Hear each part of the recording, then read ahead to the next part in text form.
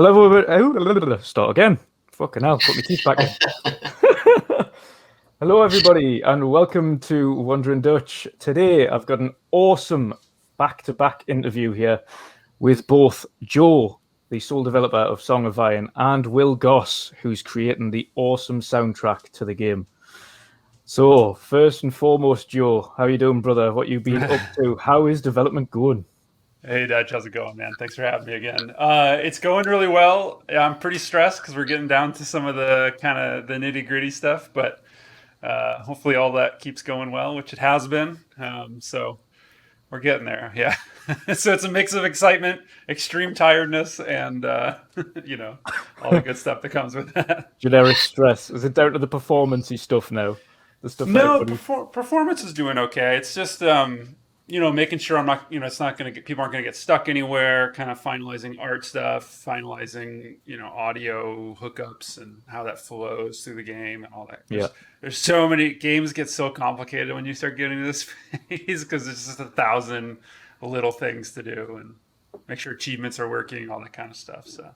Oh, achievements! Yeah, Achievements! yeah.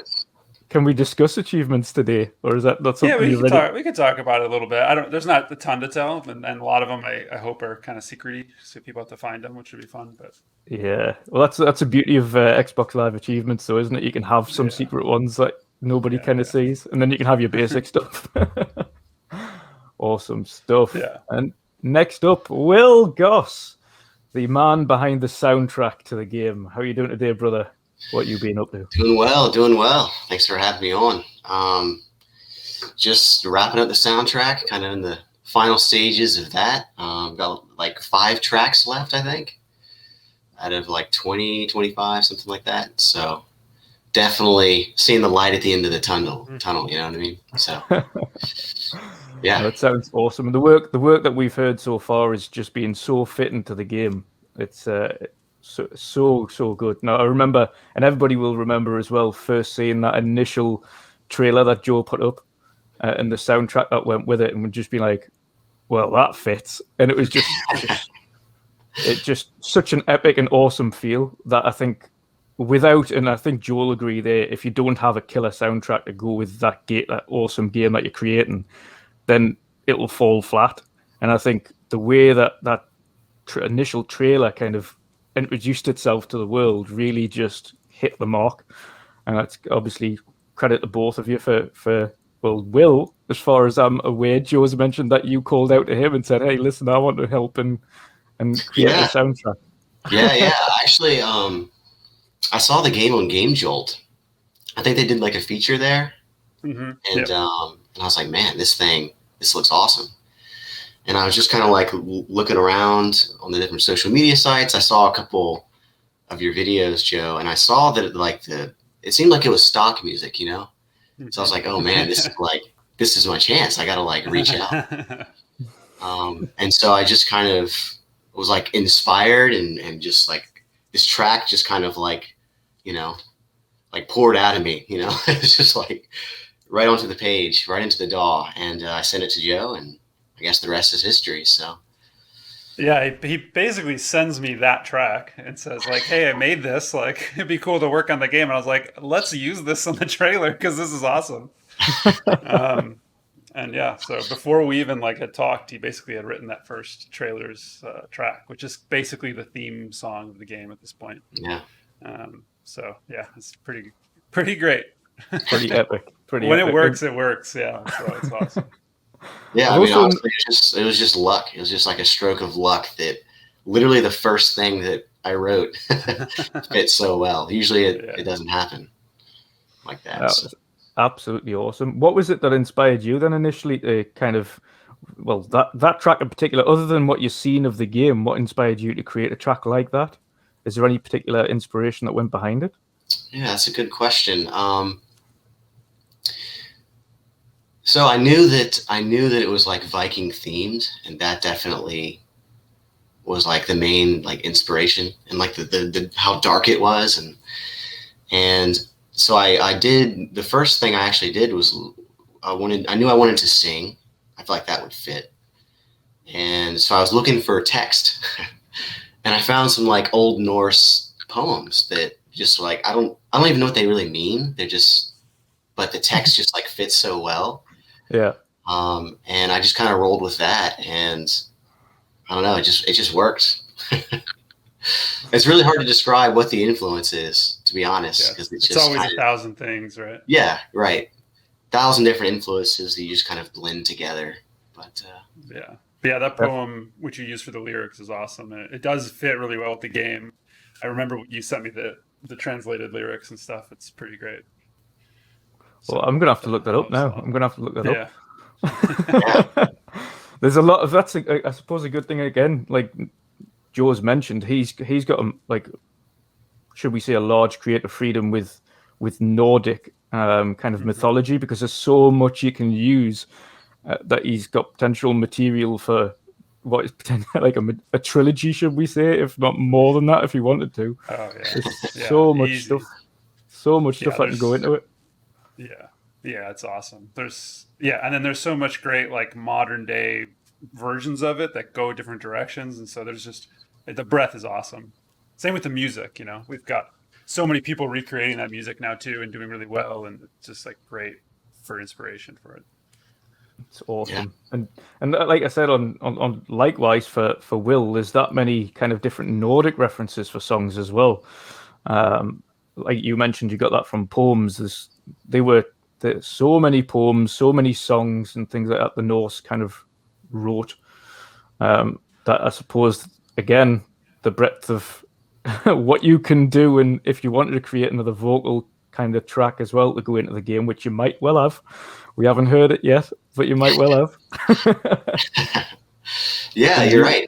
I think it's kind of cool because we don't really know what Norse music was like, what like Viking music was like. We have some idea, but that kind of allows you to just reinvent it and to kind of come up with, you know, what you want it to sound like, which is pretty cool. You know, you don't have to fit into this like one box. You can kind of blend different things together to try and create something new.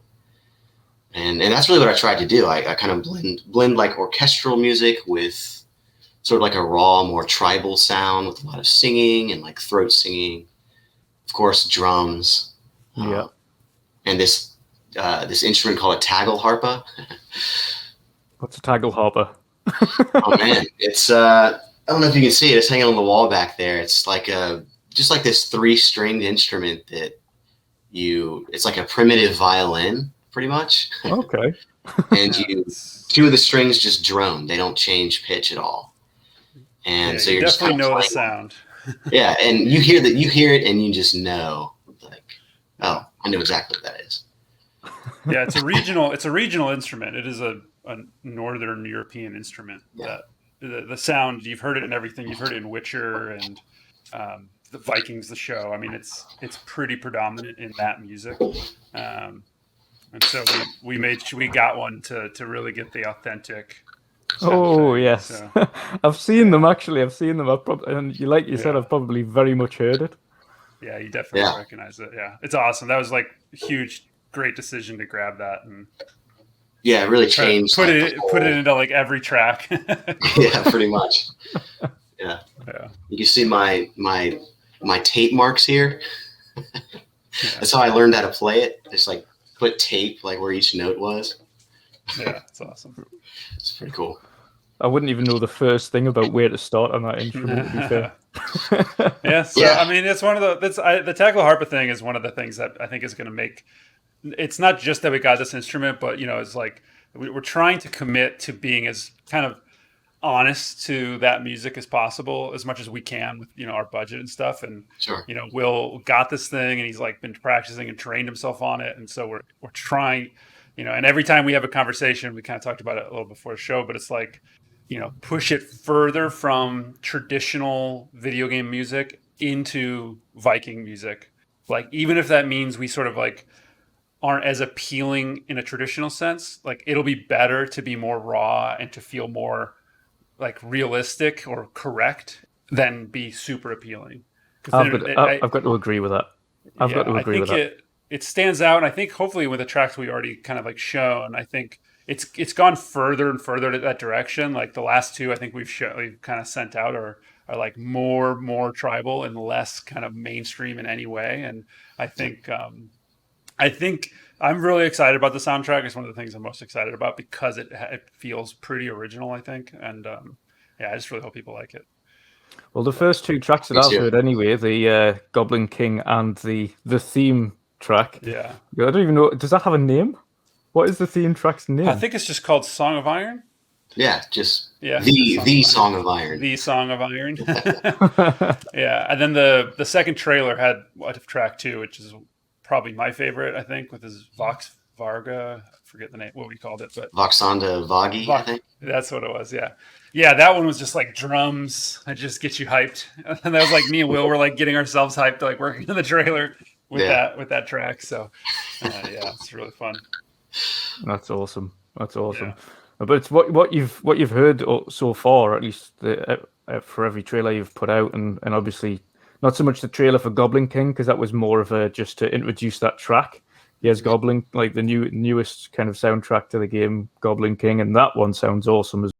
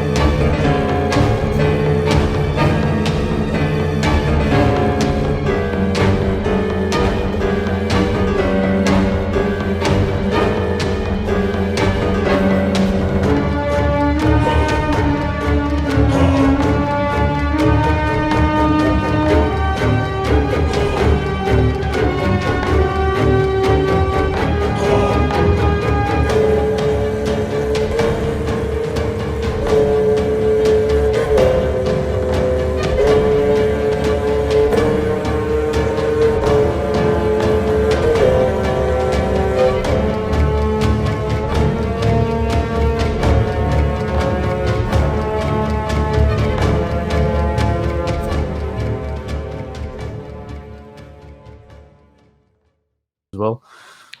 But it's also every one of them's original. It's not something I've heard in any game so far, which is exactly what you're aiming for. It's original piece of work. Doesn't sound familiar.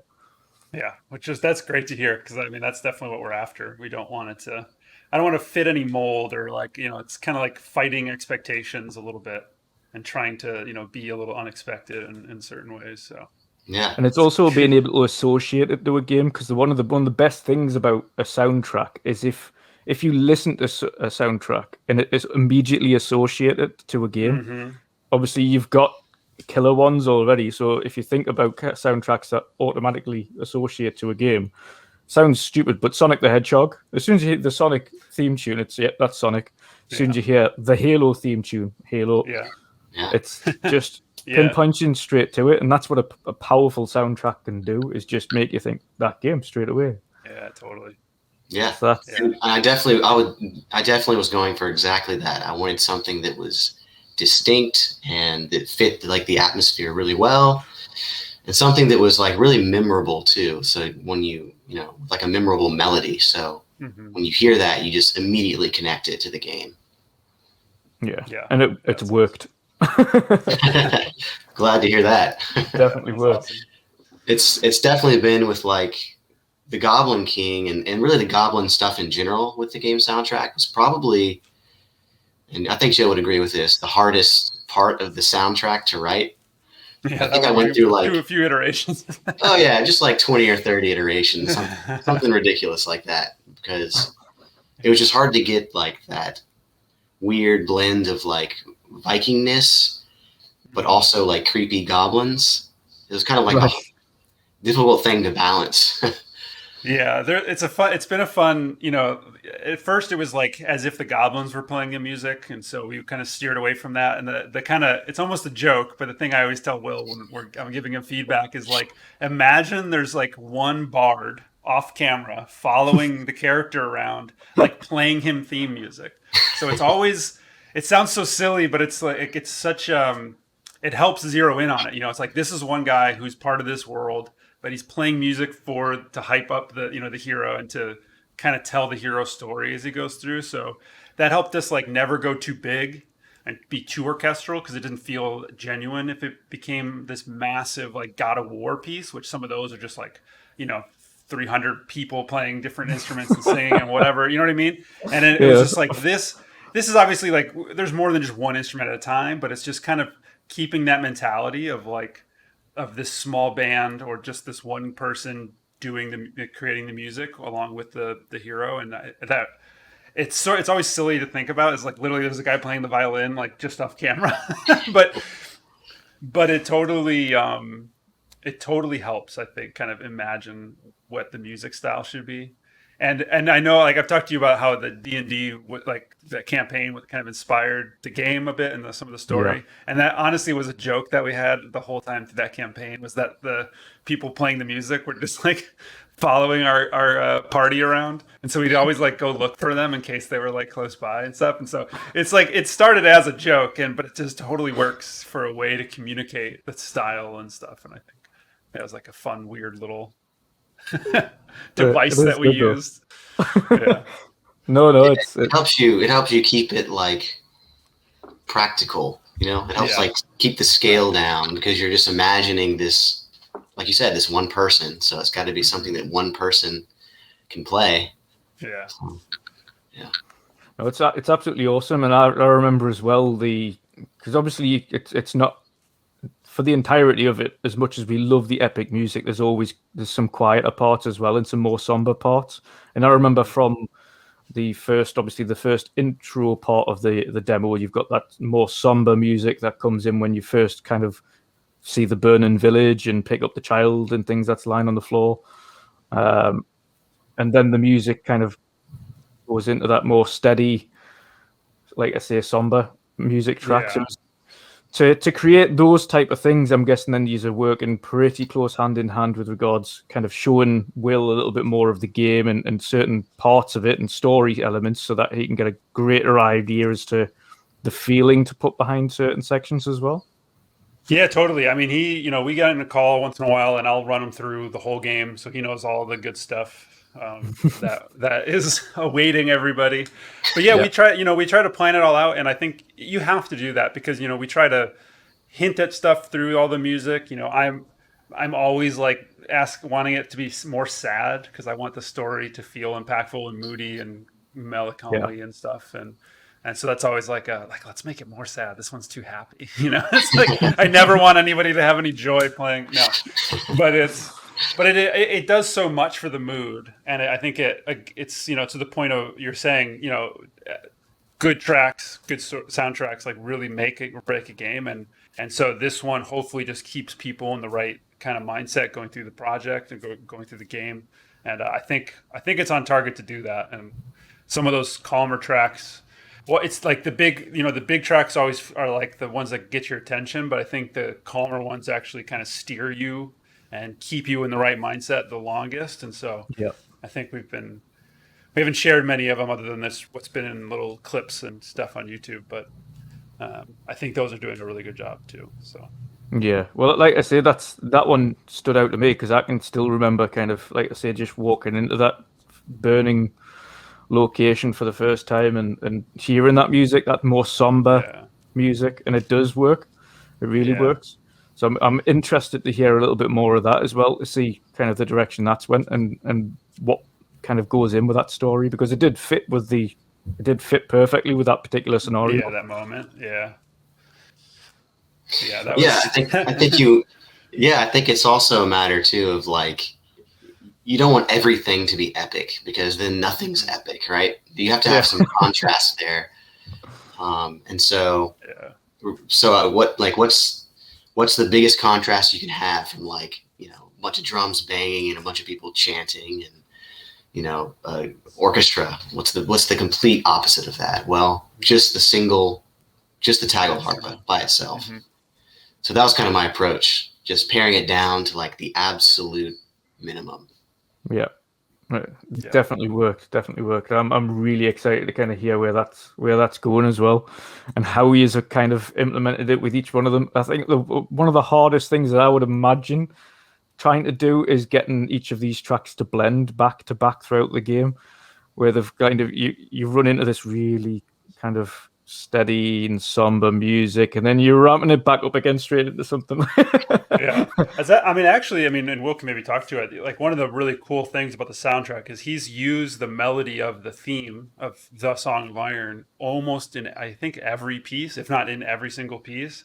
And so it's in there in different ways, and so it's really made the whole thing flow really well. It's never really a different piece of music. It's just different layers on top of the bass line, melody. Yeah, it's like variations on a theme. Yeah, exactly. And so it really connects it all, and so it really helps flow together. It's awesome. Yeah, it originally I was thinking in my mind about how am I going to do the soundtrack? I was thinking about having like leitmotifs where you've got a theme for this and a theme for that world. And I think we kind of realized that the scale of the game wasn't really big enough for that. Mm-hmm. And so I kind of went a different approach and just said, okay, we've got this main melody. How can I rework that in as many ways as possible and vary it to keep it, fresh and new? And so that was kind of the path that I followed. That's awesome. Definitely. Yeah, the scale of the game really asked for not throwing too many wrenches at the player, I think. And so it's nice to sit in a pocket for a really long time, so you don't have to constantly reorient yourself and everything as a player. So yeah. I suppose as well, unlike should we say, unlike a big open world where if you're going from one location to another, then the track can literally just change as opposed to transition into it nicely. It'll just go like, oh, and then we're in this one, and then the music's different. Like exactly. Especially on like a kind of a linear kind of platformer adventure hack and slash game, it's kind of going all the way through. So it's kind of the story progresses with the music, which progresses, and there is never really a break in transitions, never really a stop there. Yeah, exactly. And even we go all the way down to silence sometimes, where there's basically no music, just world ambience or footsteps and stuff. And that, again, it's all about that texture. But we just, to not make it too crazy, we don't just flip themes like, oh, now you're in the forest, turn on the forest music. We try not to think of it like that. It's way more journey music, on the path. So it'd be absolutely awesome. Joe, how have you been feeling then since the last time we had you on? It was, again, you're into the nitty gritty parts now, but the last time we had you on a couple of months back now, you were you were still kind of playing around with the different elements, should we say, weaponry, armor, kind of artwork and things like that at the time. How has that progressed since the last time I spoke to you? Pretty well. Honestly, I keep I was started to push myself a little too far, I think, and I kind of really took a step back, and I think simple is always better if it's done well, and so I kind of reined myself in a little bit. So I mean, in some ways it doesn't sound as exciting because it's a little bit simpler, but that simpler thing is done much better, and so I'm actually pretty happy with it. And the feedback I've been getting from the beta tests and the testers that have been running through over and over and over again, even these little short sections, seem to be like enjoying that. And so I think it was the right choice to stay simple instead of overly complicate my life or the game. So I mean, that stuff's kind of all done at this point. I've been just doing some balancing stuff, but all the weaponry, all the armor, all that stuff's pretty much set as is. Yeah, the armor looked absolutely awesome when you last showed it off with all the details and things you put on it. Did that translate into things? I don't know whether or not you've went so far as to translate onto things like the shields and the weapons. how detailed are the weapons and things you've got in there now, then? They're a little bit. They've got some stuff. I think the shield. I've finally got like customizable. Like I was able to do multiple shields, so you'll get different paint jobs and stuff on them. And Awesome. yeah, and the armor definitely kind of got all the love because you see it the most, and it's just sits on you and stuff. And there's some other stuff, but the weapons are decent. And I now with the Unreal 5 announcement and stuff, it's like, ooh, and you're kind of like looking over there, but. And not this time, but yeah, they're okay. The weapons, I think I give them a pass, but I'm guessing you've looked at Unreal when they showed that off the other day, available to early access. Then you've been tempted to jump in and have a look at that. Time. I watched that video and I had to just like, okay, I'll deal with that in a few months or whatever. In a bit, yeah, in a little bit. To be fair, I think even Digital Foundry put up a little video the other day, and even they said, no, we haven't even had the chance to look at that yet. And when we've got time, we will jump into it. It's too much. Yeah. It's still just a demo. There's nothing. Yeah, it's not ready, but yeah, it's going to be crazy. The bare bones, but it should help you, kind of, especially for future plans. Yeah. Fingers crossed, everything goes well with this one. But for future plans, then should definitely help out. Exactly. Yeah. No doubt. How is the obviously the story you kind of created a long time ago, but has that story throughout the course of development changed at all? Has it to a point where you've wanted to alter parts of that story and maybe add or remove things from it? A little bit, but nothing major. I mean, it's been one of the kind of the pillars of the game. I might change a bit of dialogue here and there, or add or remove someone who talks at all. But that's just kind of cleaning it up and making sure that it's clear. Whatever I need to be telling you is clear and stuff. But it's been one of the absolute pillars of the game that it just really has never needed to change. And it's like I hate to say that I can't say much because I don't want to ruin it for anybody. But I'm like really excited about people getting through the game and just see the reactions for it. I mean, Will's like grinning because he knows what's going on, but it's gonna be really cool. I'm very excited and terrified about it, but like, it's just, I mean, I've never wavered from it, so it's like it's a plan from the very beginning, so it's pretty cool. No, most definitely. Yeah. Are you gonna take a moment to have a breather in a couple of weeks' time to enjoy E3, etc., or are you going to? Yeah, I hope I can relax for a little bit and watch that. I'm definitely in kind of crunch mode, but you got to take breaks, and so I'll try to keep up on all the stuff that gets announced, and I'm sure there'll be a ton of great trailers and all sorts of other fun stuff to look at. So, most definitely. Yeah, most definitely. And Will, what is it that got you into kind of writing these game soundtracks in the first place? You're obviously classically trained. You've a lot of instruments. You can pick up a lot of instruments quite easily, as you demonstrated there before, with a very, very unique instrument from Europe. But what is it that kind of got you into creating soundtracks and diving into video games kind of musically in the first place? Yeah, that's a great question. It was kind of a pretty circuitous path to get to video game music because I actually started out as like a songwriter, and before that as a singer in a choir, because my mom is a chorus teacher, and so I had no choice about that. I was in choir like all my life. So I started out as like a songwriter and decided I didn't really like the gigging life. I liked more of the creative part of music, like coming up with new stuff. Yeah. And so I was like, man, how can I like make that work for me? How can I do something that is mainly just creating? And it just kind of hit me maybe like 5 years ago. Like, I love playing games. I'm always playing games. Games need music. I should write for games. It's like perfect. And so I started doing that about 5 years ago, and just worked on a bunch of different small projects, and I actually went back to school and like finished my music degree as well. And yeah, and now I'm kind of like locked into video game music, and it's great. I love it.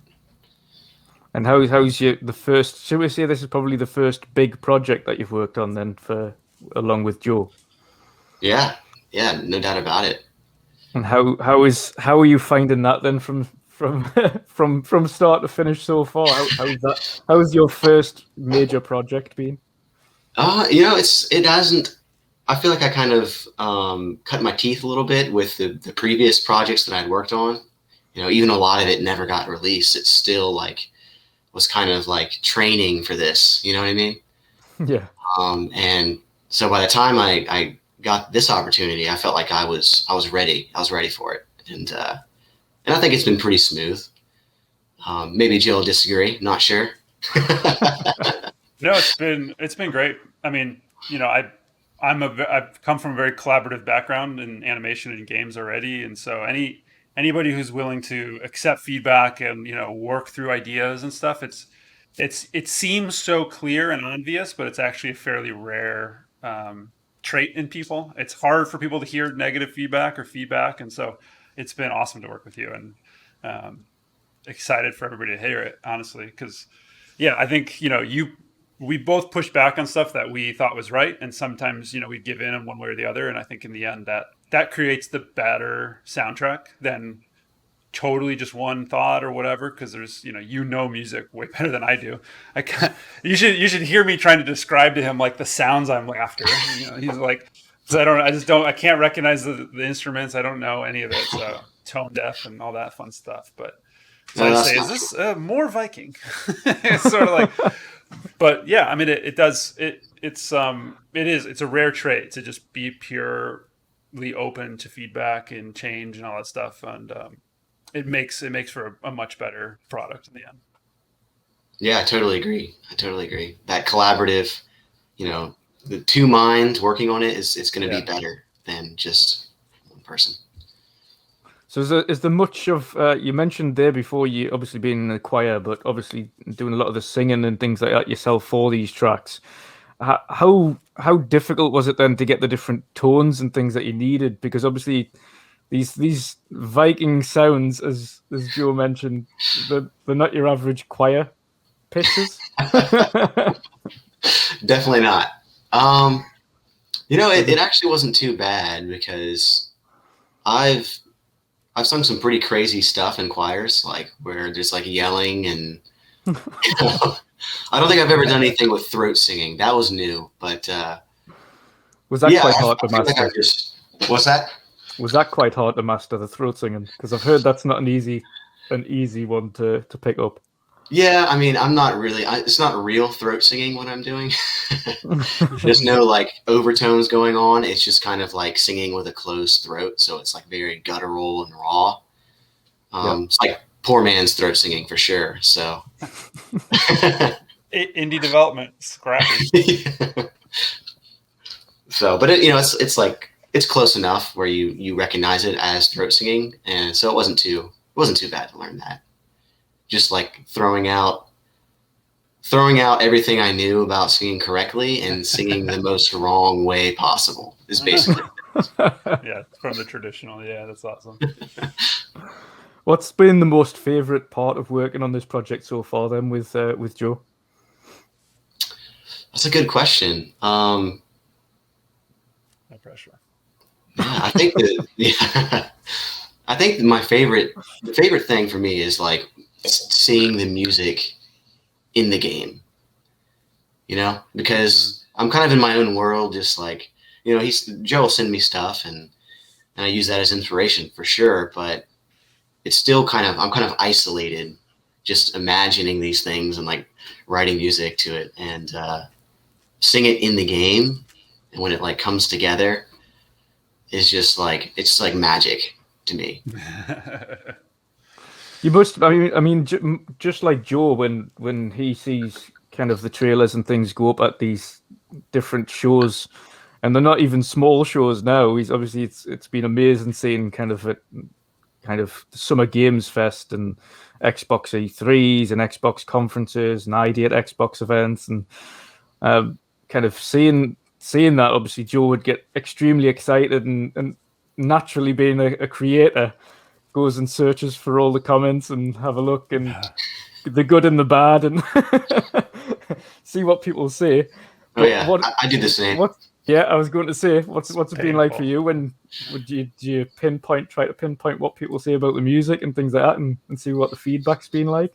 You know, I kind of try to. It's great to when people like give that validation that, like, you know, oh, this sounds perfect, this fits perfectly, because that means you're on the right path. Like, I love hearing that, not just for like my own ego or anything, but just because it means you're on the right path. But yeah, I think sometimes you hear like criticisms of the soundtrack, and they kind of like stick with you. Yeah. But I try not to worry about it too much and just focus on the music, and I think most people will appreciate that in the end. Well, definitely. Like I say, from the first trailers that you put up until now, of course, one of the kind of points has been the overall feel of the game, and that's kind of music and the game combined. Of course, it really helps, of course, like I mentioned, with that very first trailer you put out, kind of, it wouldn't have worked if the music wasn't fitting the action on screen and the soundtrack wasn't fitting the feel of the game, then it wouldn't have worked at all. And I think hand in hand, everybody loved the trailer and loved the initial kind of intro to the game because of everything combined. I think it just worked.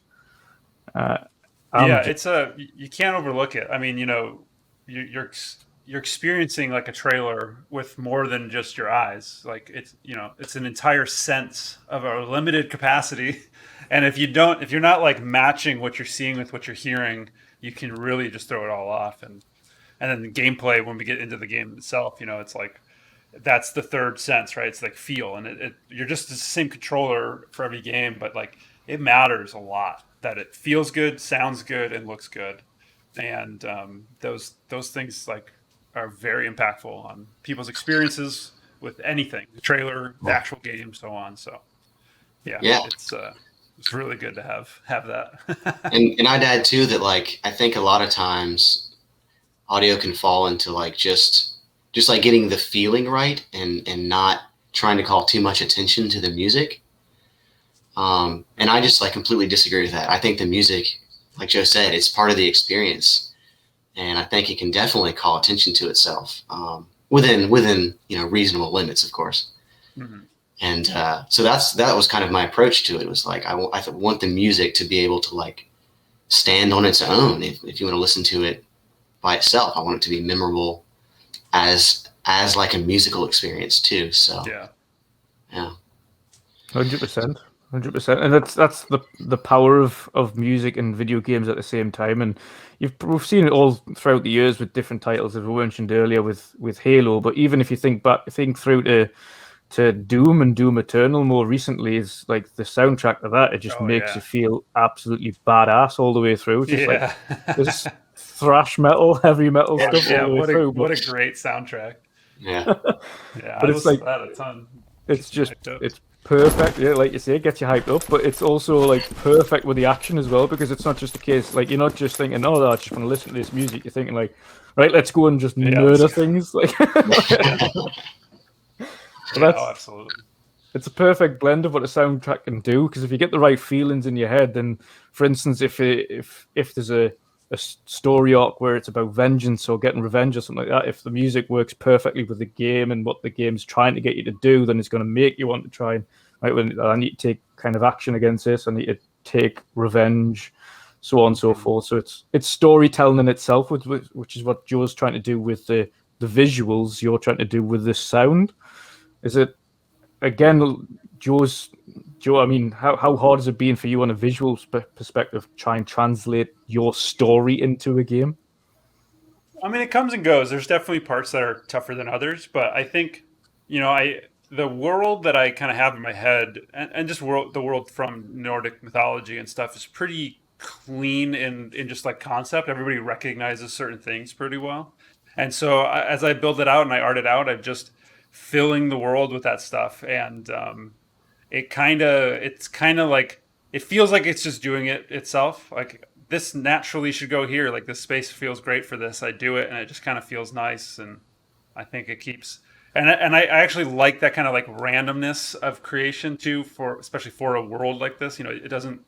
I never want it to feel too sort of put in place there. I want it to feel natural, and so if I don't think about it too much, everything kind of falls into place in a more natural way. Compared to being like overly constructed and fake because it's so built for this one purpose, and stuff like that. And so. Generally, that's been one of the easier things, or the easier feeling things, honestly. Awesome. Yeah. Awesome stuff. And Will, how is it for you? How's it been trying to portray the feelings that Joe's trying to portray? Because it's kind of a different role entirely, because he's trying to tell you how the game, what kind of feelings he wants in the game, and then via visual effect, and then you've got to try and translate both what he's trying to get the feel, as well as look at the game at the same time, and then produce the soundtrack based on that. So how's it been on that front? Is it quite difficult? I think, like Joe said, it comes and goes. Sometimes it's easy, sometimes it's difficult. I mean, it's music is like very subjective too. So it can be hard to like just go from a feeling that you want like directly into the music, because it's going to mean different things to different people. So sometimes there's a challenge there, but I think generally it's been pretty seamless to just, once you have those visuals in place and the stories in place, to just kind of write the music based off of that. Awesome stuff. Awesome stuff. And it's not too long until we get to hear most of what you've both been working on now, hear and see and play and get our hands on. It's coming down now. We're midway through, close to the original first kind of game target. I was shooting for June, and that kind of became a little unrealistic, but it's not too far off. I'm still in a good way. I'm getting really close to that date. I got to be sure before I say. So before you go, trying to get all those last few flags, check boxes checked before I spill the beans and then instantly regret it because I need to push it a day or a week or whatever. So that's that's the last thing I want to do. So just trying to make sure. Definitely. As we know, obviously in I think it was Summer Games Fest, wasn't it? When it was originally, it was meant to have the kind of a pre-order date or something like that, and we kind of I was hoping to get a pre-order for the ID at Xbox show from March, I think. Yeah, I was trying to get up to pre-order for Xbox and stuff, and it just didn't work out. That was just me not totally understanding that system, but which is why it never went up on it. But hopefully that will come with the release date announcement. I'll be able to put it up for pre-order and stuff. And that's not necessarily, pre-order people kind of like go either way on, and I'm not overly relying on people to pre-order. I just hope, it's all about day one. It's just like if people can just show up that are excited for the game day one, it'll be a success for sure. So it's going to be a success regardless. I think the hype around the game for an indie game as well is unbelievable. Like there's so many people that I've seen that are excited for this game so far, and they just want to get their hands on it now. I know. That's the thing. It's such a difficult thing. Are you planning more Xbox demos for the Xbox players prior to pre-orders or even full release? Or I'm trying to work through that. I think if I can, I totally want to. I think it's nice to try it. It's good to get in it. That there's always feedback there too. It's not just showing it off. It's just great to run through that process and understand the process. It is, any console is harder than PC, and so the Steam stuff is just throw it out there and it just sort of is ready. And there's some other stuff to do for consoles. So one man army, it makes it a little hard for me to manage it all. And it's not good. It's not great because I don't want anybody on Xbox to think that I'm prioritizing PC. In fact, it's really the opposite in a lot of ways. It's just that I have to put that work into Xbox, and so if I take the time to do a demo for Xbox, that's time taken away from increasing Xbox performance across all the kits and all that kind of stuff. So it's sort of like it's a tough thing to balance, and I'm hopeful that I can get another demo out for Xbox. I just don't want to promise it, Yeah. And we're getting so close that it might just be better to just like go all the way and just be, get to the end instead. But in some ways they run a little parallel, so we'll see. We'll see if I can take that little side road and pump it out real quick. But yeah. Awesome stuff. Yeah. I think I remember the other week actually I accidentally clicked on the Song of Iron demo, which I've still got installed on the Xbox Riders. I clicked on it and it was like, thanks for playing. Thanks for playing. Sorry. I was like, just a reminder, I can't play this yet. Still installed though. That's something. Yeah, still installed. Still there, waiting. It's in my pre-order folder, ready to. That's great. As a kind of a place marker, just until I can actually pre-order it. Awesome, love it. Appreciate it. No, you're welcome. Obviously, I think I've mentioned to yourself, but to mention to those that are following the channel, as we get closer to the release date and when Joe kind of announces that release date, we'll be giving away 3 copies of Song of Iron on both exciting. Xbox, and I'll give away a copy on Steam as well. So make that 4 copies. So that'll be awesome. Just at least we've got a good kind of cross-section across both. We know we've got both PC players and Xbox players here, and thanks to Game Pass Ultimate, there's a lot of people that are doing both now. So yeah, so that's awesome. But it has been an absolute pleasure. Before we go, there is one thing that we can talk about now, and this will be our second part of the interview, and that is the upcoming gameplay demo that is on Steam. It's again part of the Steam Festival this year. Which is awesome, and it was awesome to get kind of the nod to kind of talk about this a little bit more with yourself. Joe, if you want to just kind of mention the vertical slice of demo that people will be able to play on Steam very shortly. Yeah, I'm super excited to be part of I think they renamed it this year to the Next Fest, but it's basically the Steam Summer Showcase for demos and everything, and I'm really excited to be in it. I think it's going to be really fun. I'm basically reintroducing the demo from December with a little bit of extra at the beginning that is like the actual beginning of the game and everything. And I hope, for people who didn't get to play it last time, they get to experience a little bit of it for the first time with this, but also for people who did play the original one to see how far the game has come, hopefully, since that first demo. Because a lot of stuff has gotten better. There's a lot of really good feedback from that first demo that I totally took and tried to kind of put into the game. And I played that December demo just a little bit ago, getting ready for this, and I was surprised how much different it felt. And so I'm super excited to get this into people's hands and get people to check it out. It's a short demo still, still like 10, 15 minutes, but the game's not huge, so I don't want to give too much away, and I want to keep as much close to the chest as possible, as it were. But I'm really excited about it. I think people are going to really like it, and you get to see a little bit more story, and kind of see a little bit more of the motivations and stuff with this one. So awesome! It's exciting, yeah. It's always like nervous, it's like, here we go. It's like let it out, and let people see it, and it's the reason that we're doing it. I mean, we're making it is to let people play and have people play, but it doesn't mean it's not a terrifying moment. So, yeah, that's exciting. It's still getting that additional feedback, though, isn't it? Yeah, it's always good. It's always good to get the feedback. So, and what is it? Is it a different part of the world that people are getting to see in this new demo, or is it just an expanded part of the first demo? It's an expanded part of the first demo. So, a little bit of the beginning of the first demo was clipped off because that early tutorial, if you remember, it was just like very just there to be there for the moment. But basically, you're going to start at the very beginning of the game, and you'll play up through the troll fight, which was in the beginning or the end of the last demo, and that'll be the end of this one.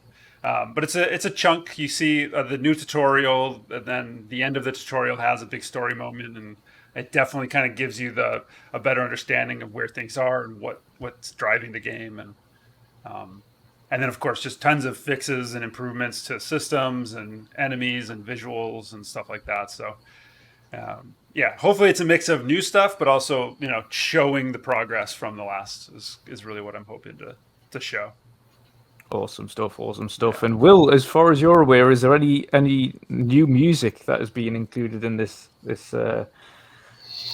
new demo? I don't know. Is there, Joe? Yeah. No, absolutely. I mean, we have the whole like the Pyre mute song and the burning village, and so and then we've made adjustments to some of the stuff that was in the way that the background, what layers are on the background and stuff, and overall I think it's just generally been improved upon, so it's pretty exciting. Yeah, that's awesome. Yeah, stuff. I think the Pyre one I think is maybe one of my favorite tracks. Definitely my favorite, calmer, moodier track. So I'm excited for people to get hear that moment. Yeah. Sweet. Yeah, me too. Yeah. Sweet. And I think it's like pure Tagalharpa. So it really, hopefully it just sucks you right in, and you know exactly what's going on right away. So, yeah. Awesome.